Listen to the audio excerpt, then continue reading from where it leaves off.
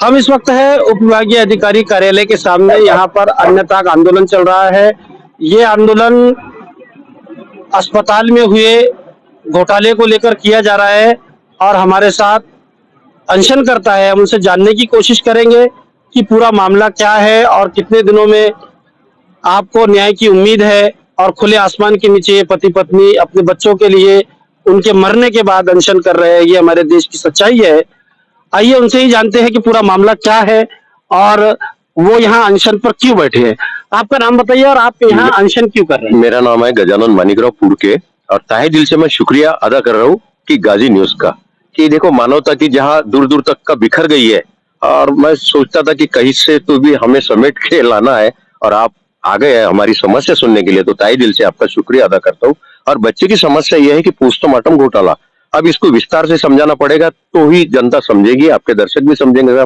Postmortem घोटाले का ये मतलब हुआ, मेरा बेटी के विषय में बात कर रहा, लाइफ केयर हॉस्पिटल में गई थी।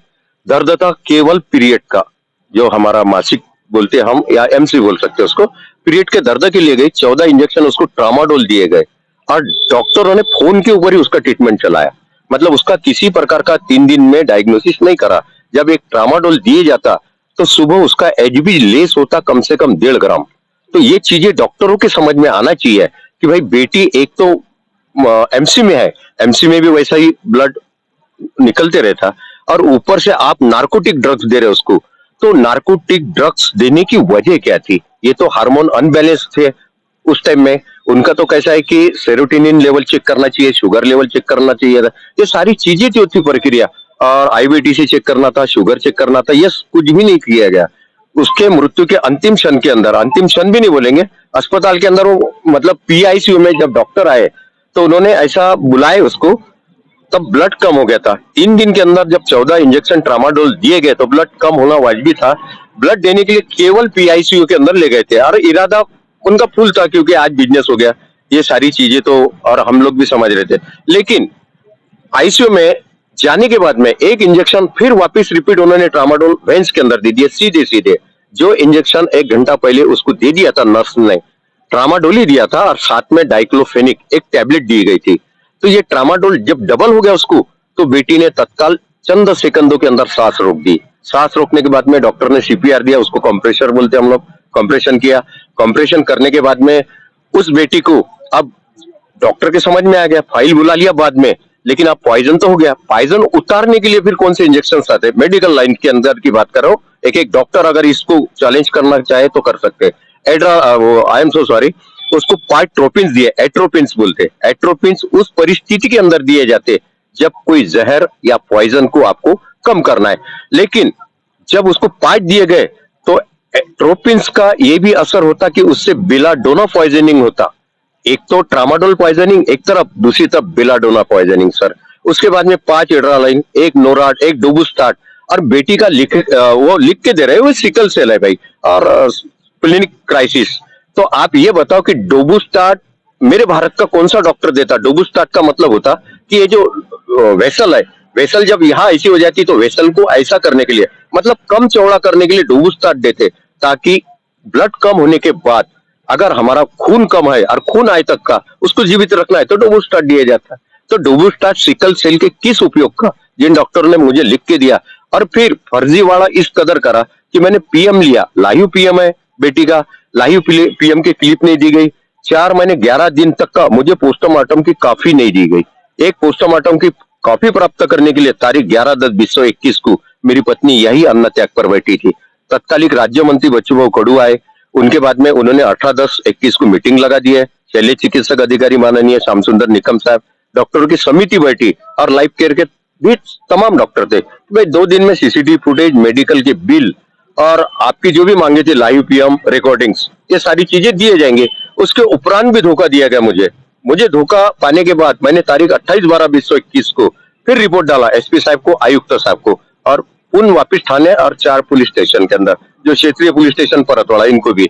उसके बाद में 7 तारीख 1 महीना 2022 में हमारे परतवाड़ा पुलिस स्टेशन के कुछ अधिकारी कर्मचारी पीएम रिपोर्ट लेकर घर पर आए।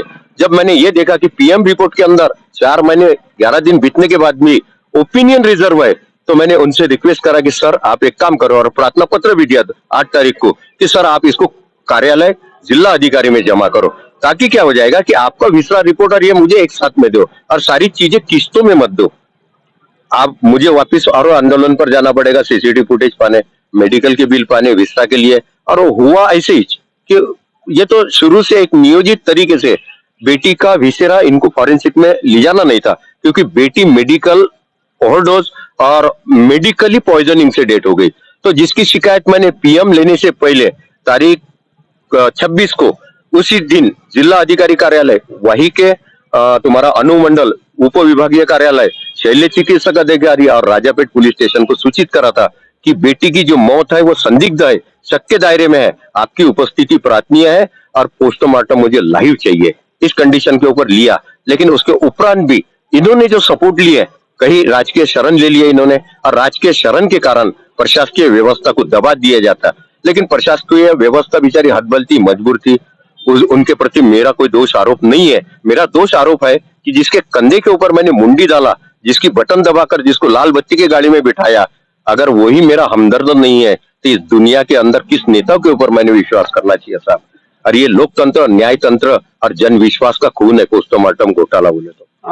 दूसरा, आपके बच्चे का क्या मामला है? ये तो बच्ची का मामला आपने बताया, आपके बच्चे का क्या मामला है और उसको किस तरह से न्याय मिलना चाहिए, इसके लिए आप किस तरह से प्रयास कर रहे हैं? देखिए, मेरे बच्चे का मामला ऐसा है कि वो केवल खून लेने को गया था। वो बच्चा 3 कार्ड है उसके पास में सरकारी अस्पताल के, एक थैलेसीमिया का कार्ड है, एक सिकल सेल का कार्ड है और एक है सिकल बीटा थैलेसीमिया का कार्ड। और एक्चुअली उसकी ये स्थिति कि वो तीनों में नहीं बटता। एक्चुअली कंडीशन मुझे मालूम है, लेकिन मैं महाराष्ट्र की जो अंधी आरोग्य व्यवस्था है और यहाँ का जो अंधापन है, ये अंधेपन को उजागर कर रहा। जिनको कोरोना नहीं उसको भी कोरोना में जो मारे जा रहा है, ये उसकी एक मिसाल है। और मैं प्रेजेंट करना चाहता हूँ, कोई मुझ पर ऑब्जेक्शन ले ले, मैं तीनों कार्ड बताऊंगा। और मैं ये पूछना चाहूंगा, और पूछा भी मैंने शल्य चिकित्सक अधिकारी को प्रश्न के द्वारा कि मेरे बेटे को बीमारी कौन सी थी, तो उन्होंने डायग्नोसिस में फर्जी तो लिख के दिए कि वो सिकल सेल का था। 8 साल उसको फिर ब्लड क्यों नहीं लगा, एक विषय। 8 साल के बाद में वो ब्लड लेने के लिए गया था।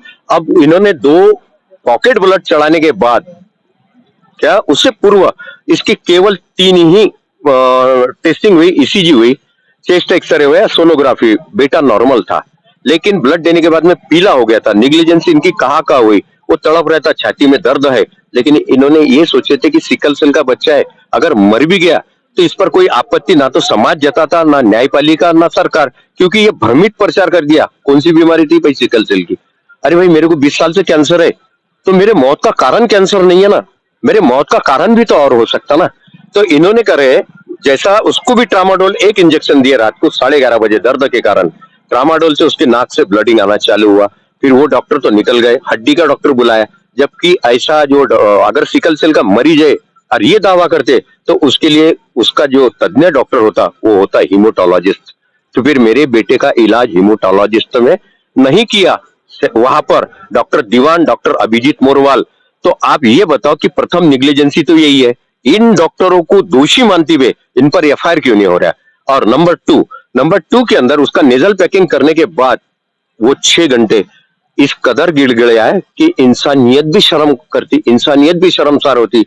उसको ये बोले गया कि अब वो नाक पैक कर दिया, ब्लड आ रहा था, नाक को पैक कर दिया, खून यहां से आना चालू हुआ, मुंह से खून के कुल्ले करना और सांस लेना, पूरा खून यहाँ तक उतर रहा था सीने में। और इस कदर बच्चा मतलब रिक्वेस्ट कर रहा था चरडी मैडम, श्रीमती, उनसे कि मैडम अब तो डॉक्टर को बुलाओ। मैडम ने ये बोला कि अब सुबह से पहले डॉक्टर नहीं आएंगे। सुबह होने के इंतजार में वो हर एक सांस पर आस ले रहा था और जबरन उसको खर्राटे लग रहे थे। लेकिन वो कोशिश कर रहा था कि सुबह करीब है और डॉक्टर आएंगे और मेरे प्राण बचाएंगे। लेकिन हौसला बहुत था। लेकिन अंत में उसने निराश होकर ये बोला कि पापा अब मुझे गोद में ले लो तुम, डॉक्टर आने की उम्मीद नहीं है। और मैंने उसको गोद में लिया, बोले पापा पप्पी ले लो मेरी। मैंने बोला साहिल, मैंने तेरे को बचपन से बहुत प्यार किया, अभी पप्पी की क्या जरूरत है? नहीं बोले, पापा पप्पी लो। मैंने जस्ट पप्पी लिया, 1 सेकंड भी नहीं लगा, उसने मुंह से जो झाग था चालू कर दिया थूकना और 1 सेकंड में अपने प्राण छोड़ दिया।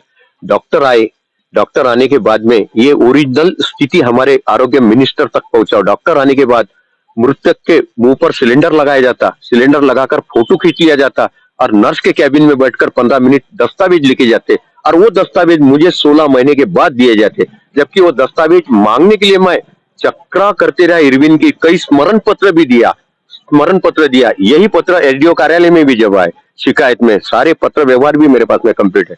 लेकिन जब मुझे 16 महीने के बाद में लेटर दिए गए, तो उस लेटर के अंदर फर्जी ये दस्तावेज लिखे गए कि भाई वो जिंदा था तो हमने 3 इंजेक्शन एड्रालाइन दिए। एड्रालाइन इंजेक्शन कार्डियो अरेस्ट के अंदर दिए जाते। ये इंजेक्शनों की मेरी अपनी जानकारी है, और कोई डॉक्टर ऑब्जेक्शन लेना चाहे तो आप पूछ सकते हैं उनसे।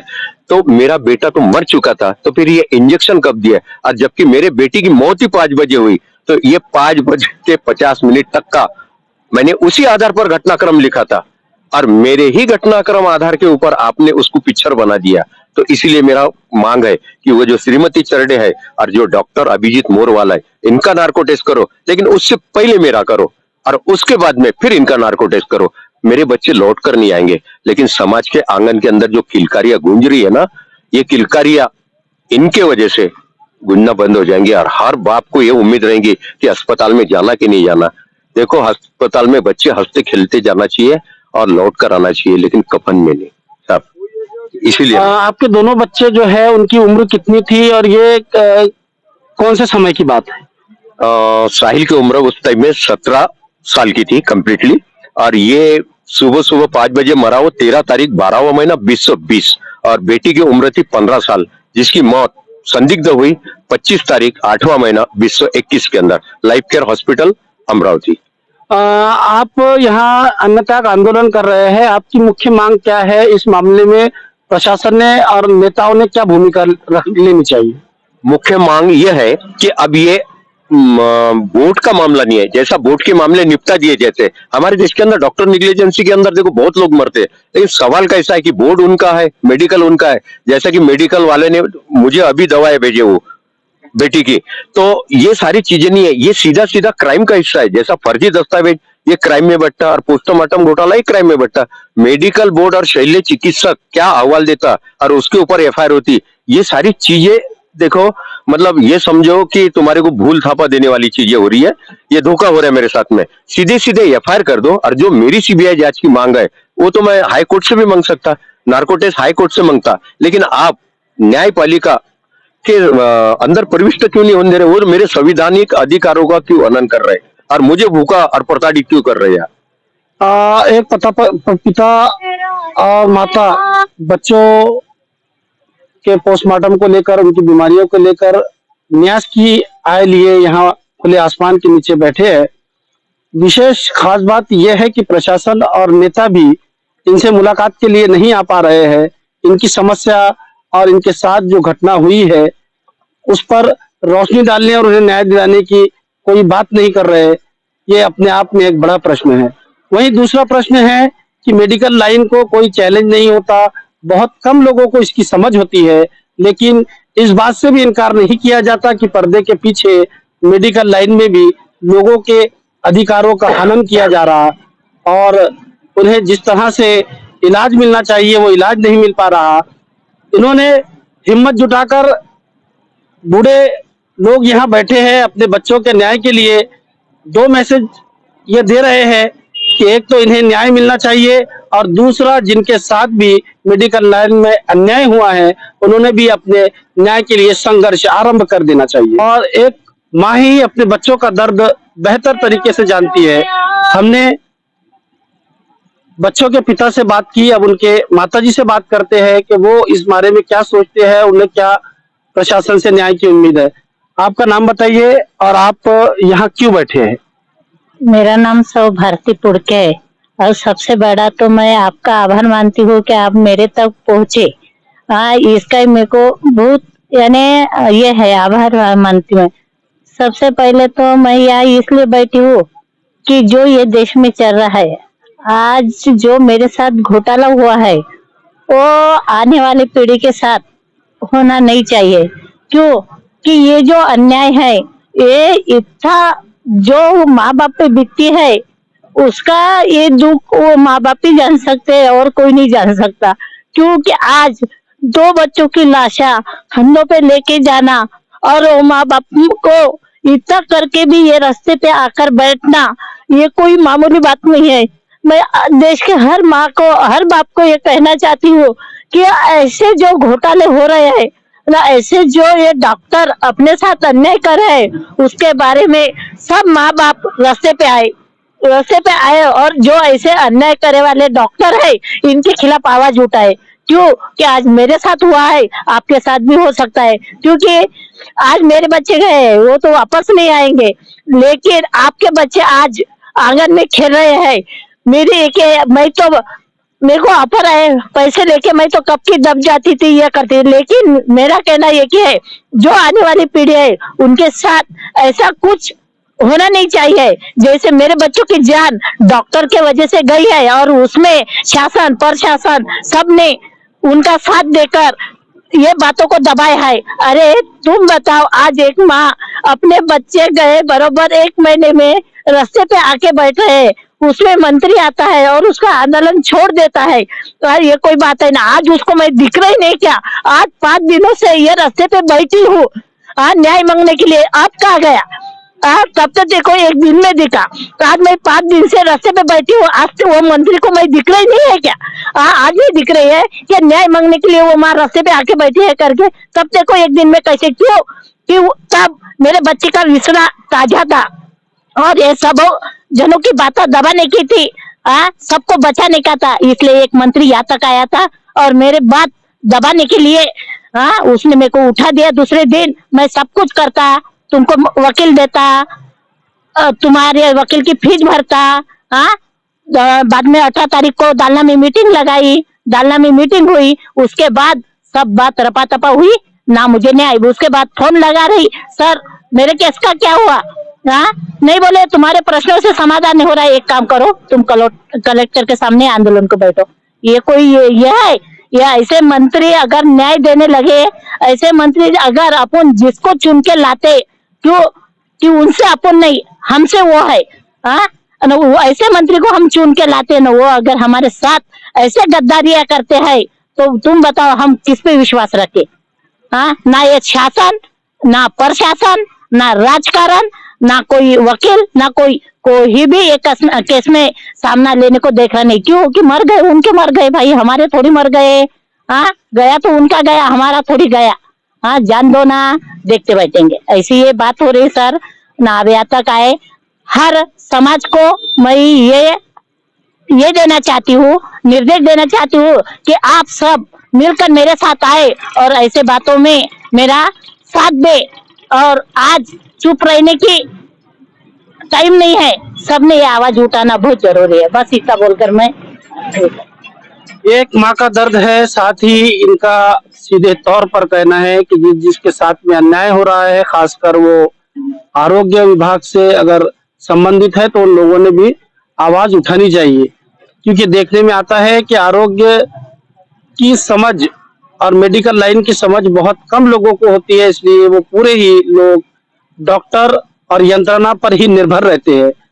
इसलिए सभी लोगों ने इसकी जानकारी भी रखनी चाहिए कि उनके मरीजों को किस प्रकार से उपचार किया जा रहा है, उन्हें किस प्रकार से मेडिसिन, इंजेक्शन और दवाई दी जा रही है। इरशाद अहमद के साथ मोहम्मद अजहरुद्दीन, गाजी न्यूज लाइव 24 ब्यूरो, अचलपुर। इसलिए हमारे चैनल को गाजी न्यूज 24 को सब्सक्राइब करें और बेल आइकन का बटन दबाना ना भूलें, ताकि आपको हमारी हर खबर से अपडेट रहे।